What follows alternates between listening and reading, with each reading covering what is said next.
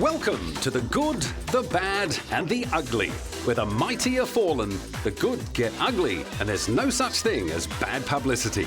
As much cash as you can. On the show this time, 5 thick-skinned power brokers who know how to tough it out at the top.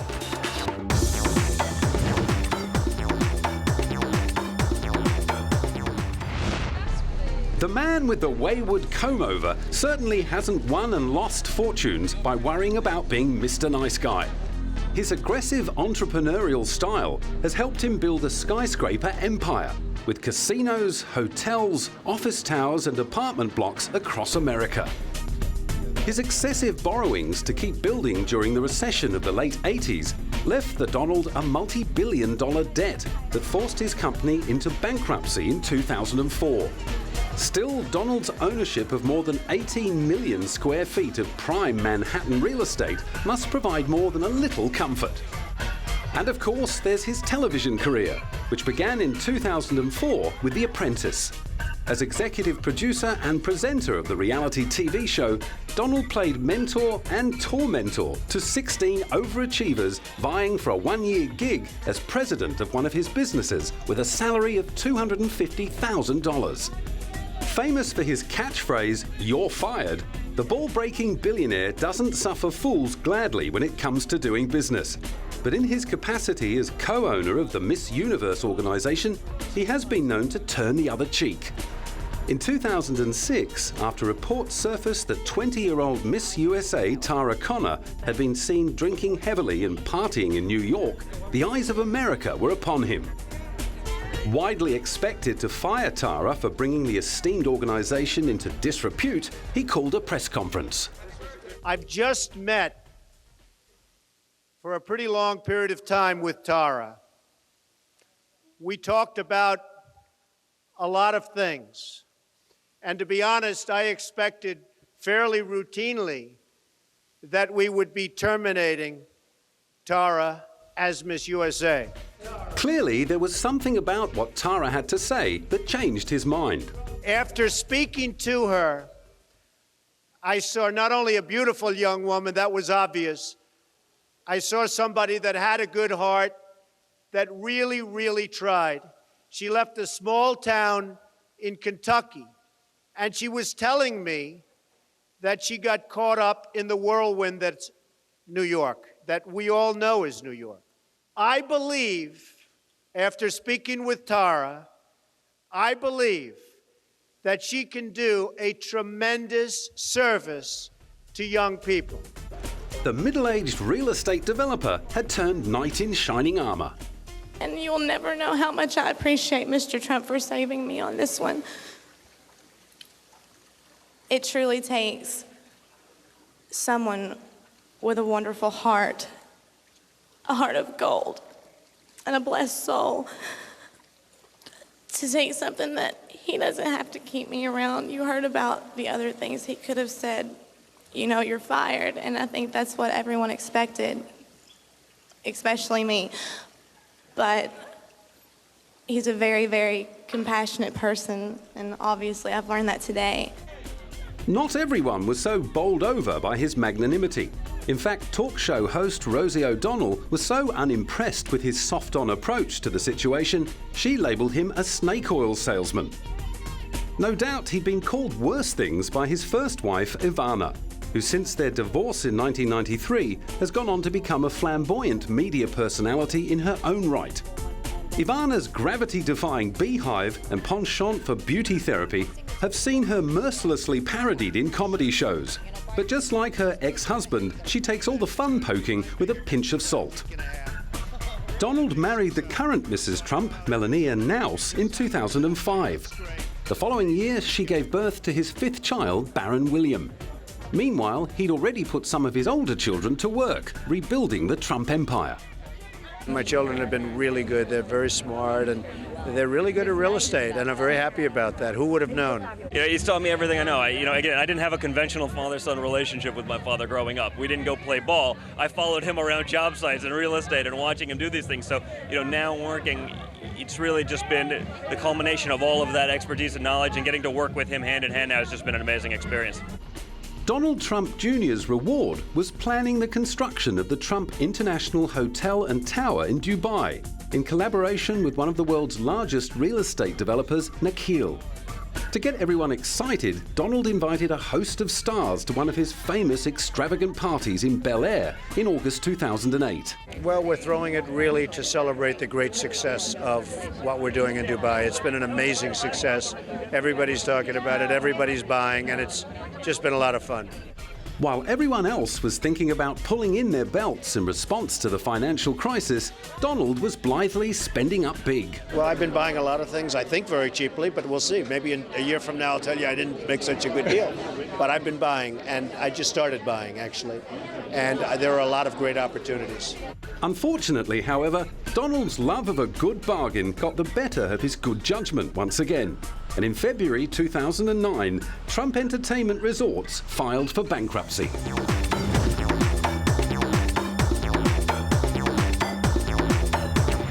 One power player who has worked out that there's only one kind of publicity is Madonna.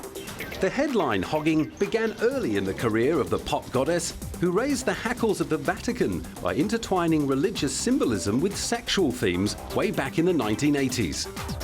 Since then, there's been a book called Sex, an album called Erotica, and countless controversial stunts that have ensured her legacy as an eyebrow raiser. She's also been labelled the Queen of Reinvention, thanks to her incredible talent for surfing new trends and constantly revamping her image. Back in the beginning of the 80s, when she was very first starting, you know, she was favoured for her tutus, little lace gloves, Wayfarer glasses. Then came the Blonde Ambition Tour and the collaboration with Jean-Paul Gaultier. Probably her most iconic clothing moment is the conical bra, the flesh tone with the black wide leg pants. The 90s brought with it Madonna's exploration of Eastern influences. I just have a serious fascination with the world of geisha right now, and it's got nothing to do with my daughter. Every time she needs to reinvent herself, she manages to do it. From the sexy kind of symbolism that she brings with her clothing to this more sophisticated glamour now. I mean, she's ever changing. More than any popular artist before her, she's displayed a unique ability to extract every last drop of money-making potential from one bandwagon before making a timely leap onto the next one. While Joni Mitchell once famously commented that Madonna has knocked the importance of talent out of the arena, she had to acknowledge she's made a lot of money and become the biggest star in the world by hiring the right people. In 2006 alone, Forbes magazine put her income at an incredible $72 million. Much of that had been earned off the back of her controversial Confessions tour, upsetting the Vatican once again by singing from a revolving crucifix encrusted with mirrors. Calls to cancel concerts only increased the publicity and assured her of sell-out stadium gigs across the globe. After striking PR gold with that stunt, it was another year before Madge hit the headlines again. This time, the column inches were dedicated to her attempts to adopt a baby boy from Malawi. Controversy erupted over claims she was trying to get around Malawian law by not residing in the country for a year. Then came claims from the boy's father that he had not consented to the adoption. Had they told us that Madonna wanted to adopt my son, we would not have agreed to let him go forever. It would have been good that he continues staying at the orphanage, because I see no reason why my child should be given away for good. Madonna's adoption of David Banda was finalized in May 2008. Ironically, by this time, her 8-year marriage to Guy Ritchie was in trouble, amid rumors that she was carrying on an affair with US baseball hero Alex Rodriguez. For once, Madonna seemed a little shy of the spotlight. After making a career out of making headlines, she was now feeling the backlash. I think it's hard for all of us. I think, you know, being famous and, you know, being in the public eye all the time and the pressure of that and pressure of people's expectations can weird you out, you know what I mean? And I think a lot of people compensate for that kind of pressure by doing things that are self-destructive or they start to believe the hype, you know what I mean? And I do think you have to work at staying real and surround yourself with people who are. That's certainly no picnic for a woman whose personal fortune has been estimated at somewhere around $400 million. constantly having to wade through crowds of gold diggers and hangers-on to get to the real people must no doubt take its toll. Not that anyone was attaching either of those labels to her outgoing husband in late 2008.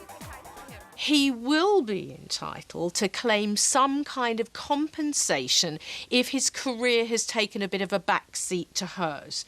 And he may get a few million. He may be entitled to a half share of the main homes that they have here and in America. But I suspect the figures are more likely going to be sort of 10 to 15 plus a million. In fact, he ended up getting around 5 times that amount when you take into account the value of their country home in Western England. But who's counting? Guy's payout came to less than Madge has proved she can still earn over the space of a year. And having just passed 50, there's no sign that the Queen of Pop is about to hang up her leotard and crucifix. I don't see it coming anytime soon, but, you know, you never know. If I stop loving what I do, that's when I stop doing it.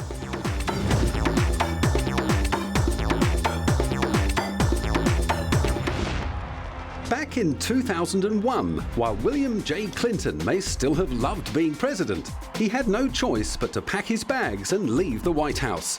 The 2-term limit imposed on US heads of state forced him to make way for George W. and find new ways of making himself useful. Mr. President, I have a very important question for you.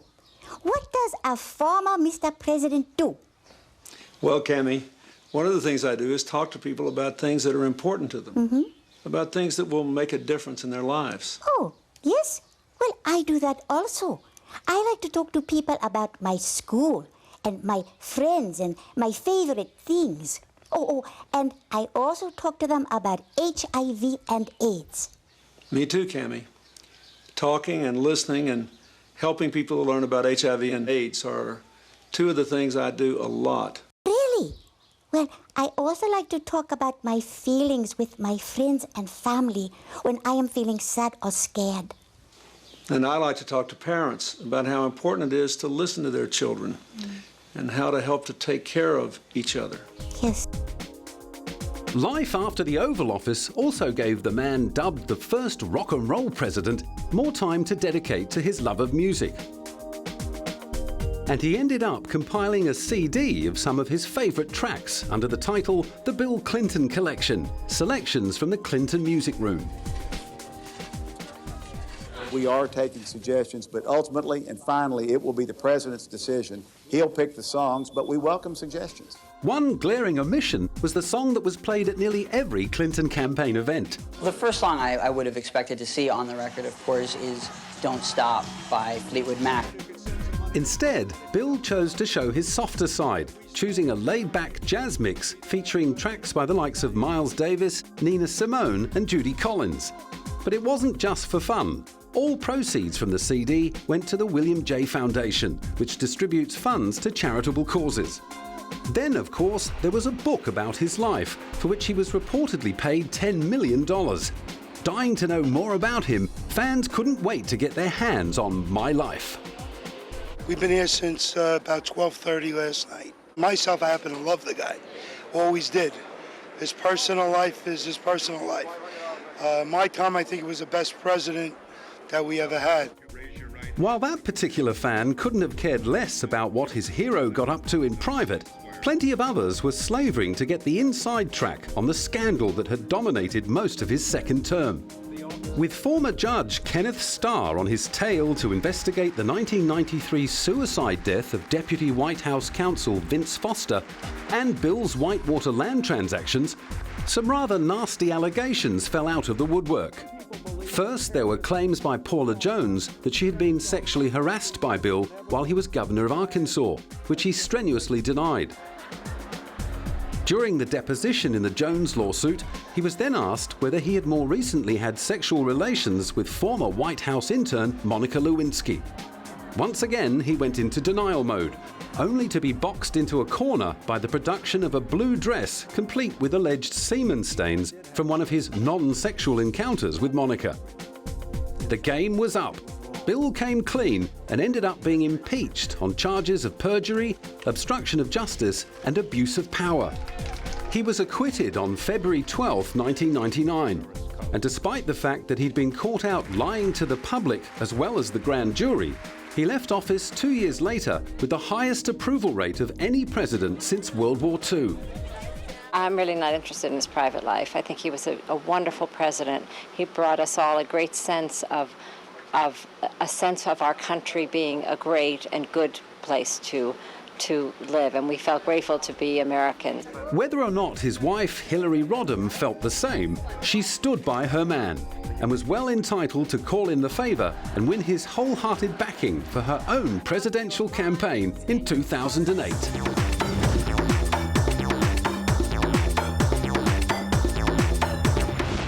Oprah Winfrey hasn't quite had to weather the kind of storm whipped up by Kenneth Starr against Bill Clinton, but she has had to fend off her own share of slurs and rumours over the years. Quoted as saying, "My feet are still on the ground, I'm just wearing better shoes," she probably didn't get to be the world's most powerful entertainer without stepping on a few toes. Thankfully, however, her billionaire budget affords her the luxury of keeping a very proactive legal team close to hand. In 2007, they leapt into action after it was revealed that the talk show mogul's 74-year-old dad was penning a tell-all book about her. The Inquirer interview, in which Vernon dropped the bomb, quoted him as saying his daughter was an out-of-hand, unruly child who should have been physically punished more harshly. Not surprisingly, Oprah's lawyers moved in, and the book was reportedly put on hold. Earlier in the year, she'd had to contend with the news that another greedy relative had pocketed $19,000 for telling the world that she'd had a baby at 14. After living with that secret for nearly 40 years, Oprah allegedly cried for 3 days before finding some relief in being able to talk openly about her abusive childhood and the promiscuous adolescence that led to her teenage pregnancy. Tragically, her child died shortly after birth. The fact that she's never had any children since, despite being the most eligible singleton in the world, has given rise to persistent rumours about her sexuality. The length of her engagement to Stedman Graham has added fuel to the flames, as has the closeness of her relationship with best friend Gayle King. In an attempt to end the speculation, she declared on her talk show that what had upset her most over her career were the rumours that she was a lesbian. While that announcement did little to quell the rumours, it did succeed in offending her legions of gay fans and may have contributed to her show being knocked off the top slot by openly gay talk host Ellen DeGeneres. On the other hand, the woman voted the world's most powerful celebrity by Forbes magazine in 2005, 2007 and 2008 may just have had a few too many things on her plate. As well as the talk show, there was the book club, the magazine, the website, and Colour Purple the musical, which drew an A-list crowd of fans to its opening in 2005. How incredible is this? I mean, for anybody that has seen the movie, you just really felt that it was just so groundbreaking and how our culture changed and everything like. And for Oprah Winfrey, only Oprah Winfrey could do this, bring it to Broadway, and I'm sure we're going to be blessed once again. The show was pretty well received by critics. Not that Oprah stood still long enough to hear the applause. She'd already set her sights on the next big mountain to climb, the challenge of starting up her own radio station. This is another milestone, full circle moment for me because I started out in radio when I was 16 years old. The 24-hour-a-day channel, called Oprah and Friends, features shows hosted by her and a collection of popular personalities from her television show, including best friend Gayle King, fitness expert Bob Greene, and poet Maya Angelou. Adding a radio station to the media empire, which also includes her magazine O, Oprah still had plenty of time and energy left over for philanthropic projects, such as opening the Oprah Winfrey Leadership Academy for Girls in South Africa. Girls who are educated are less likely to get diseases like HIV and AIDS. And because AIDS is a pandemic in this country, I believe that we have to begin to change the pandemic by education.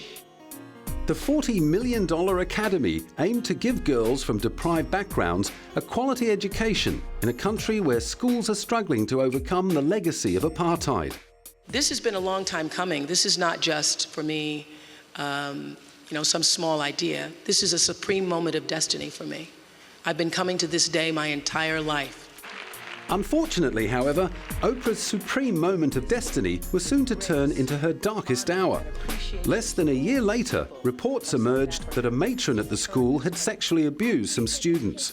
A devastated Oprah hopped straight on the plane to South Africa to investigate and tearfully begged forgiveness from the girls' parents. The matron was subsequently sacked and charged with assaulting 6 students.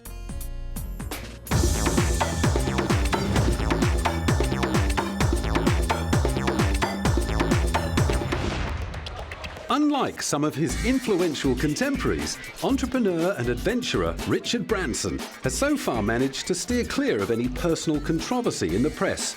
No illegitimate babies, no stained dresses, no special favours to beauty queens, and no inappropriate religious symbolism. Perhaps that's because in between looking after all of his business and philanthropic interests, saving the planet, and breaking world records, there simply isn't any time left for getting into trouble.